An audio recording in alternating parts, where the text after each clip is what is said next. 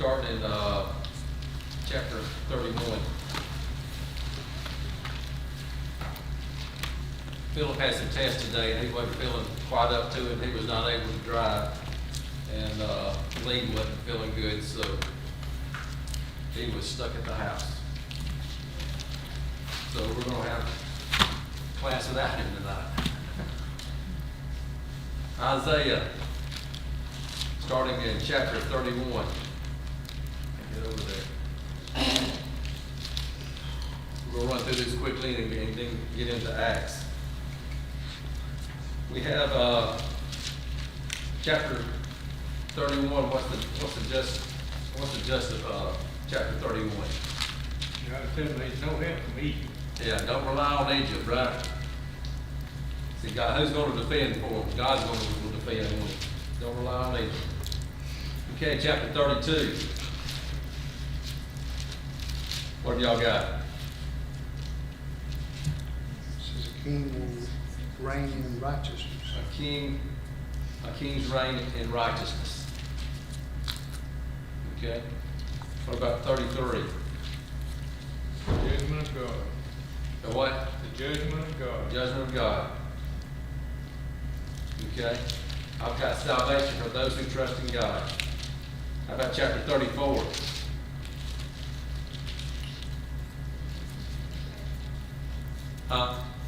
Judgment on the nations. Yeah. Lord's fury against the nations. I guess I need to put this on.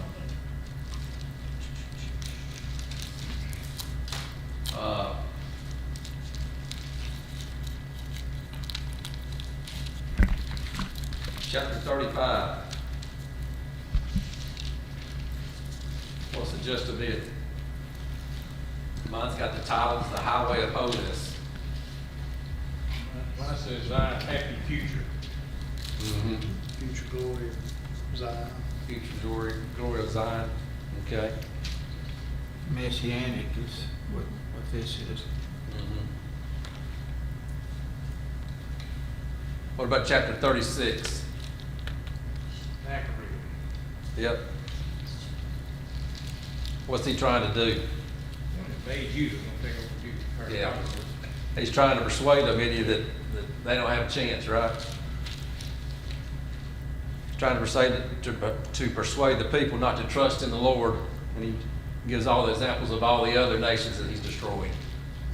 And well, why do you think your God's going to deliver you? Because all these other gods, we defeated them. What about? This is that section Philip was saying that kind of separates the two halves of the book, and it's talking about all this stuff that's going to happen, and they're living through this, and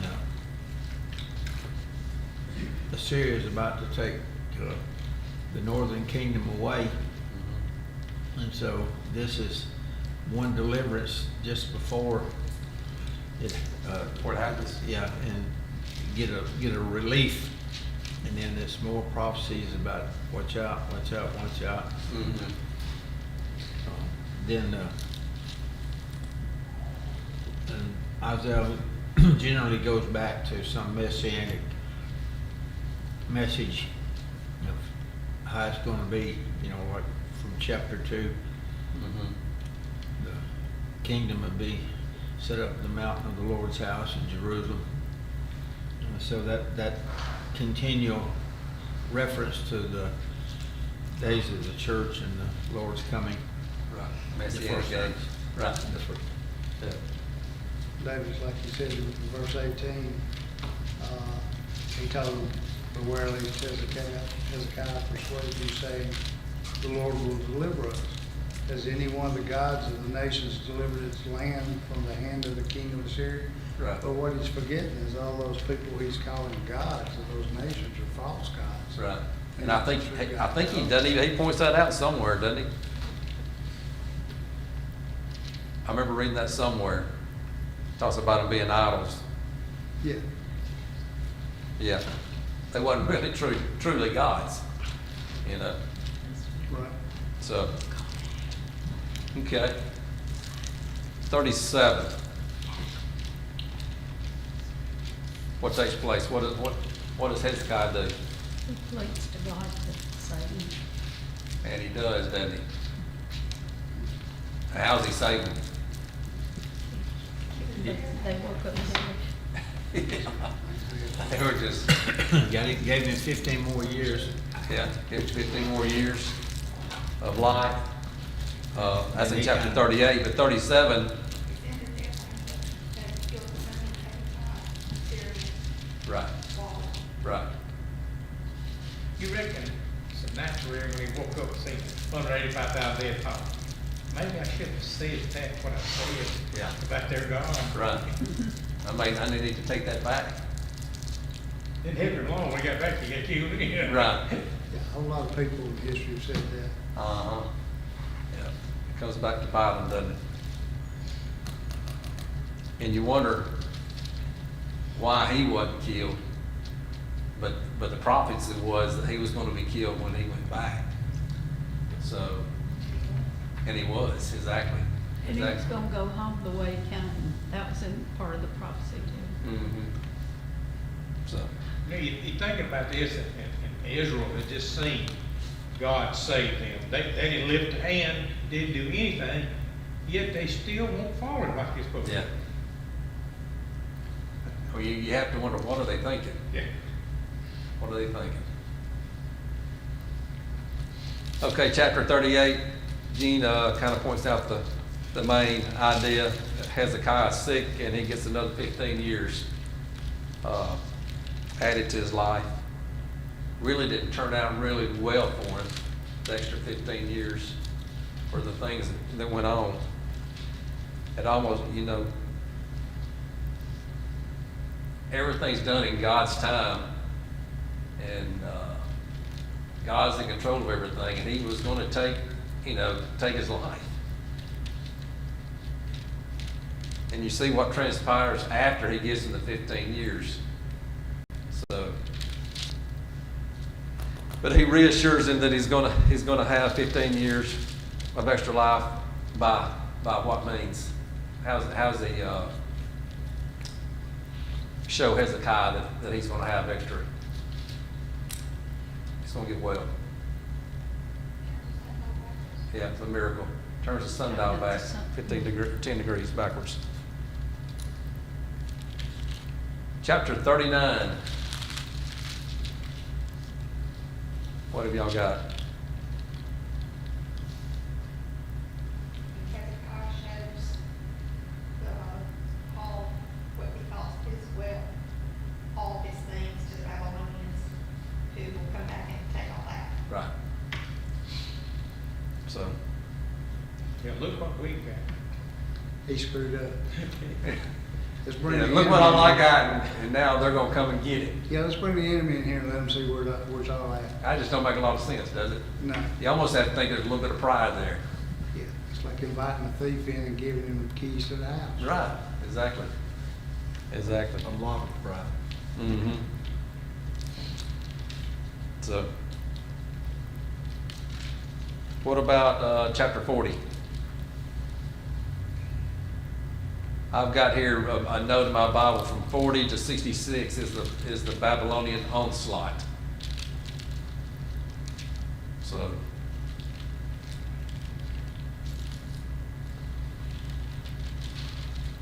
I got the greatness of God and His word stands forever. There at the end of verse 8. By the word of God. The grass withers, the flower fades, but the word of God stands forever. He's like, I told you, it's going to happen. It's going to take place. There in verse 11 we have a prophecy. It says he will feed his flock like a shepherd. He will gather the lambs with his arm and carry them in his bosom and gently lead those who are with young. Who's it talking about there? The Messiah, Mm. Jesus. Mhm. That's right. Just some other verses here. I got verse 15 on it. It says, behold, the nations are as a drop in a bucket and are counted as the small dust on the scales. Verse 17, all nations before him are as nothing, and they are counted by him less than nothing and worthless. So,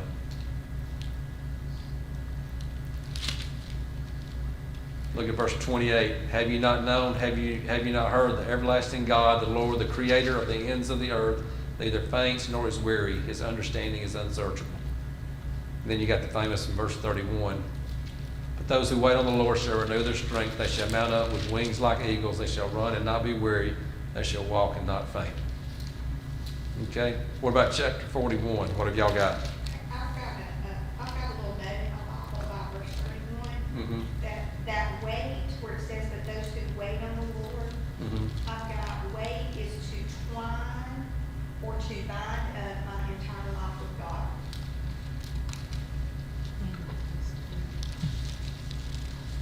So you have to be engulfed with him. Engulfed by him. Okay, good point. 41. God tells them he's gonna be with them. Yeah. Help comes from the Lord, doesn't it? Verse 10, fear not, for I am with you. Be not dismayed, for I am your God. I will strengthen you. Yes, I will help you. I will uphold you with my righteous hand, right hand. Okay? What about 42? Then we got to go all the way down to 44. Huh? It's talking about Jesus alone. Yep. They, I will say in chapter 40 and 41, he did, in the two sections there, he warns them about idolatry and really makes fun of people that are of the idols, Mhm. because they're nothing. Right. And people make them and then bow down to them. Yeah. But he warns them about that consecutively in those chapters. Yeah. And to whom then will you liken God, or what likeness will you compare to him? The workman molds an image, the goldsmith overspreads it with gold, and the silversmith casts silver chains.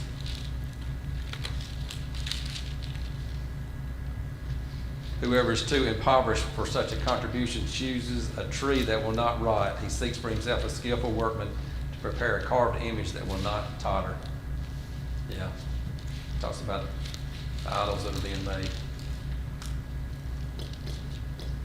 Okay.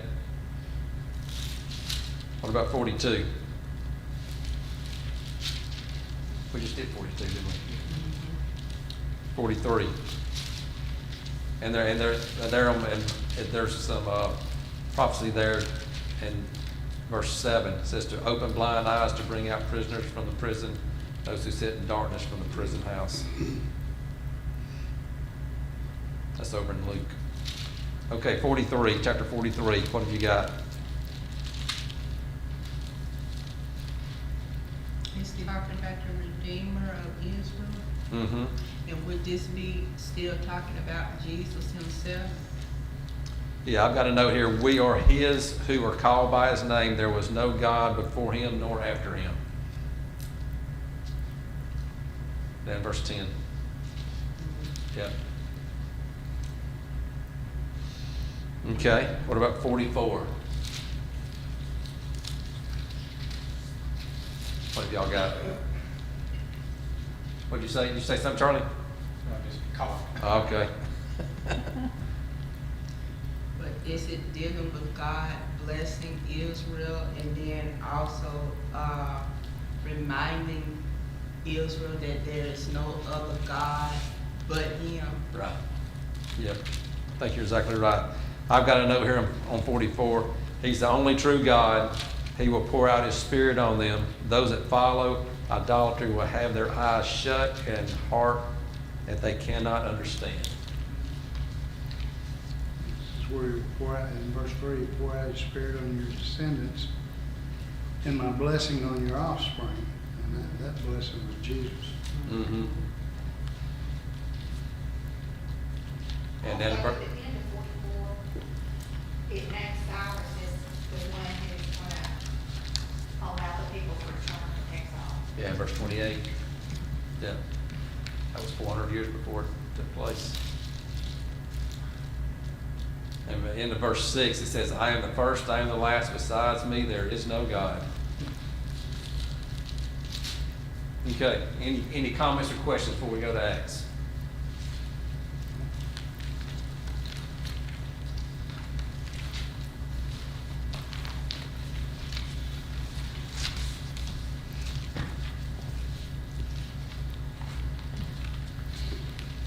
My notes here is we got down at the bottom of page 11.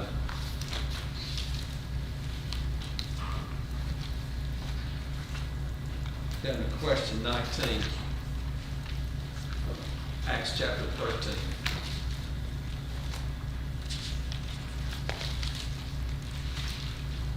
Acts chapter 13. Let's see.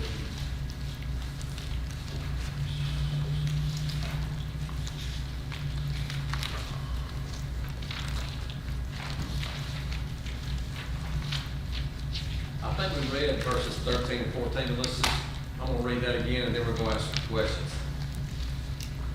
It says, now when Paul and his party set sail from Paphos, they came to Perga in Pamphylia, and John departing from them returned to Jerusalem.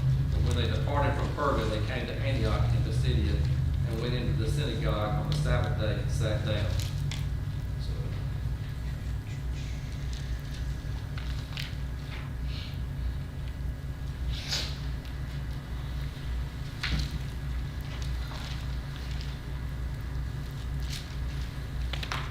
So they're going from Paphos to, where's the border at? Is it the top one? So they're coming from Paphos up to Antioch. Let's see, up there. That's where we're at here on verses 13 and 14. Note in the map on page 9, which direction did Paul and his companions travel from Paphos? We just looked at it. Northwest. Right here, up here.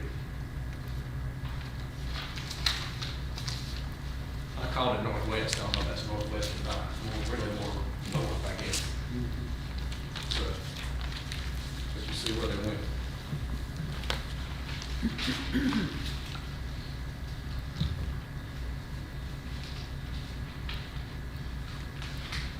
Question 20, it says they came first to Perga, which is right there on the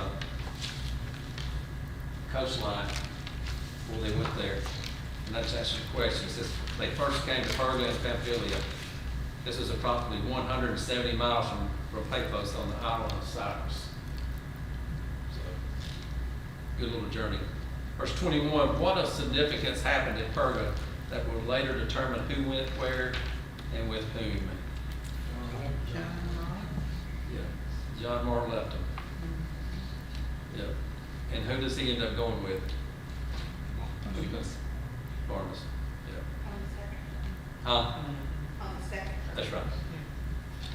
Luke is equally silent in regard to the reason which governed John Mark in turning back from Perga and going home.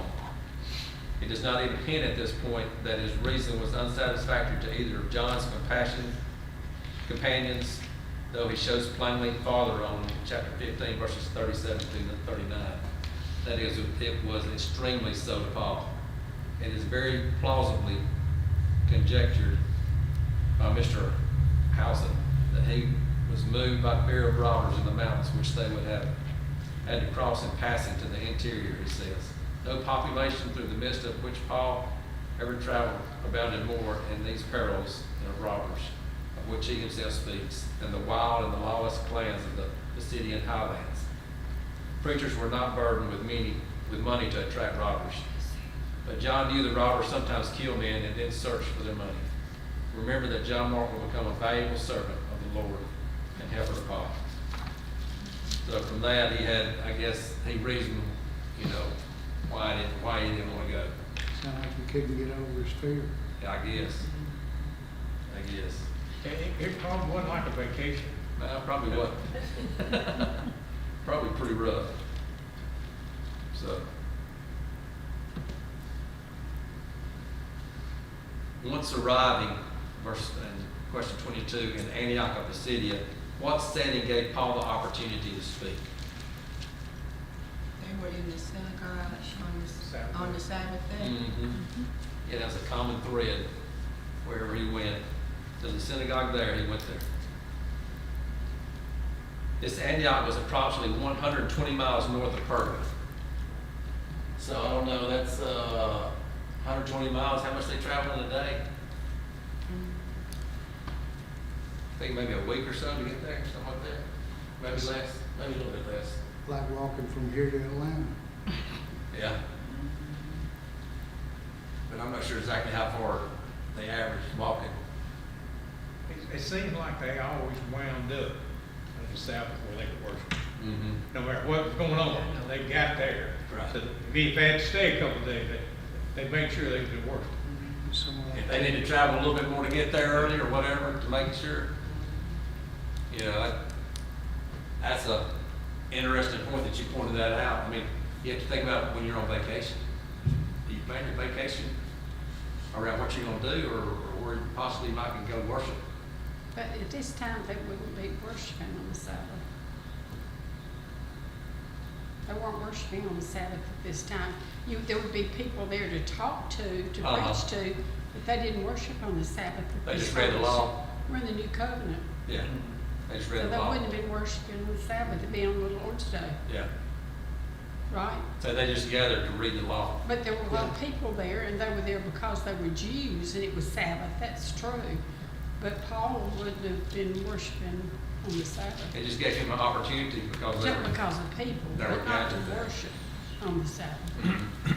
If I think that, isn't that correct? We're I think that's under the new correct, co- yeah, I Under the mean- new covenant, we're under the new covenant, Christ has died, so, I mean, it's the Lord's, be the Lord's Day, you'd worship. that's right. So it was evidently, it was just an opportunity where they were gathered, that he could, It's he could talk to them, opportunity, yeah. so. You know, I wondered how, you know, like you met with the Jews on the Sabbath, then you turn around and meet with the Christians on the next day, on the Lord's Day. Mhm. You know, how would you work that out, you know? Yeah, That would be hypocritical. Yeah, it seems it would be, doesn't it? You can't do both. You Yeah. can't right. serve two masters, that's what you're doing in a way. Mhm. You can't do that 2 days. Well, I just think he had a ready-made crowd. Yeah, had people there and people that did love God, Right, and they knew the law, and they knew the law taught the Messiah would come, so it was an audience he should be able to teach to. they were there for a good reason, Yeah, yeah, so It was why not, opportunity. why not, yeah, teach to them and talk to them. a good opportunity. So, I mean, most, I mean, you would think that if they were there, they would have had a good heart, and they would have been receptive to it. Right, that was the whole thing, and I Yeah. think they were. Right. Okay, I don't, what time are we supposed to end? Usually about 22. Yeah, but then this is the first one, Okay, then it's about 6:30, 7:30. the 5 minutes. Okay, That's what he's been stopping about 7:30. okay. That's a lengthy reading for 5 minutes. Anybody got any comment or anything? I just, you know, I think about them in this journey, and they had to have money. Mhm. You know, I just wondered what the cost of the expense would have been for them. You know, they got to sail out to Cyprus, then they got to find a boat to sail up to Persia. You know, that had to have been a lot of money. You would think, Yeah. in their terms. You know, is the church taking care of all that, or they have? I would probably say so. I would guess. I would think that's why they would have to go back and give a full report of what they did. Mhm. Yeah. So. The way the persecutions have been in the book of Acts, the Jews started trying to be political, I guess, and keep the name down, because these guys mean to give us a bad reputation of killing Jesus. And they want to put his blood on us. Well, that's where it belonged. Right. And then they get harder on on the apostles and the Christians in Jerusalem, and they get harder. And then when the Romans join them and they kill James, that gets the Jews and the Jewish hierarchy in with the Romans. And as long as the Romans are doing that, the Jews are happy. You know, they're carrying out their purpose. If the bad Romans, everybody doesn't like them anyhow. And then when they get over here, it's some years later, and the Jews, they don't like Paul's preaching because they're jealous. And so they organize and they follow him around here, and while he's in Galatia, they follow him around to every city, stirring up trouble. And so this is what they call, scholars call the second Jewish persecution. Instead of, you know, the homeboys in Jerusalem, this is the Jews in other cities, and they organize against Paul and his preaching of the gospel. Of course, that's a relatively small area on the globe. They had roads, boats traveling the area all the time, and so word passed much more quickly than we would expect among the people. And they would, the Jews were famous traders, and they would go from one Jewish community to another, and you know, what's the latest word? You know, what y'all been hearing? And well, there's this guy down here, and so it's word of mouth, and so Paul's reputation builds, and so he has an organized Jewish persecution against him.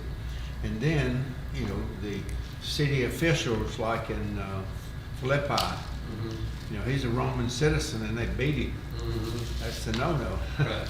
And so he is getting it from the Jews and getting it from the government. And so it swings from his own people to the Romans, his own people into the Romans in different, and of course on down toward the end of the first century with the Nero in Rome, he was looking for a scapegoat, and so he and Domitian had massive persecution against Christians.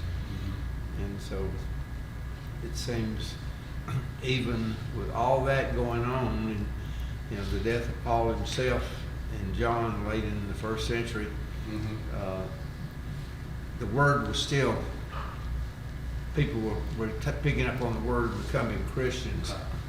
And the mystery that Paul talks about to the Thessalonians that was already at work was the disorganization of the church into a hierarchical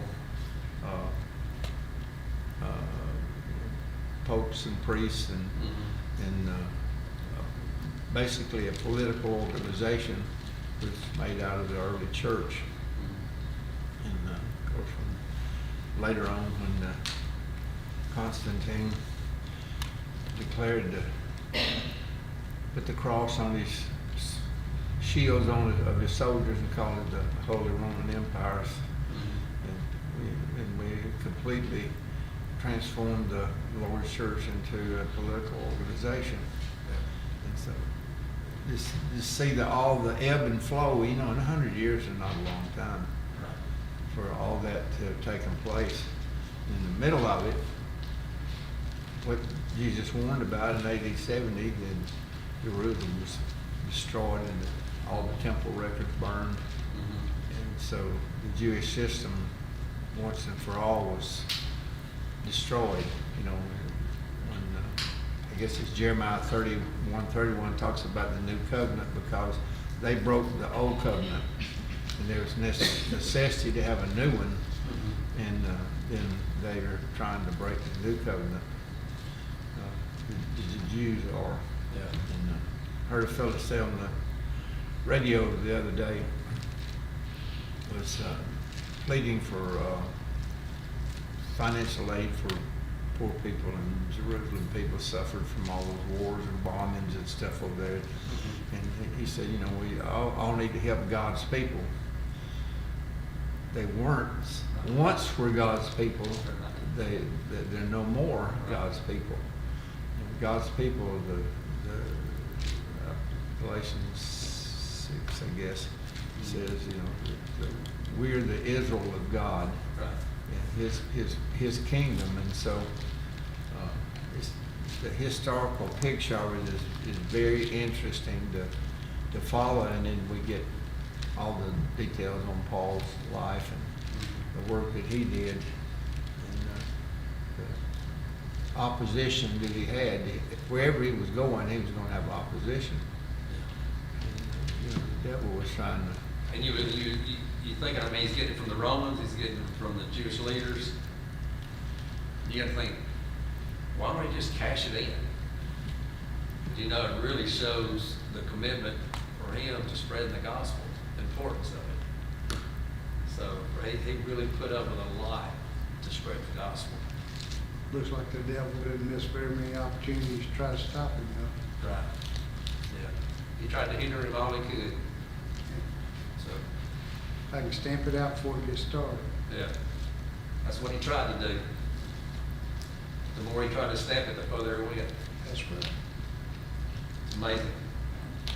Okay, so I guess, Phil may rehash those questions or not, but we'll be prepared to go from verse 15 through 41 for Sunday. Our time is past.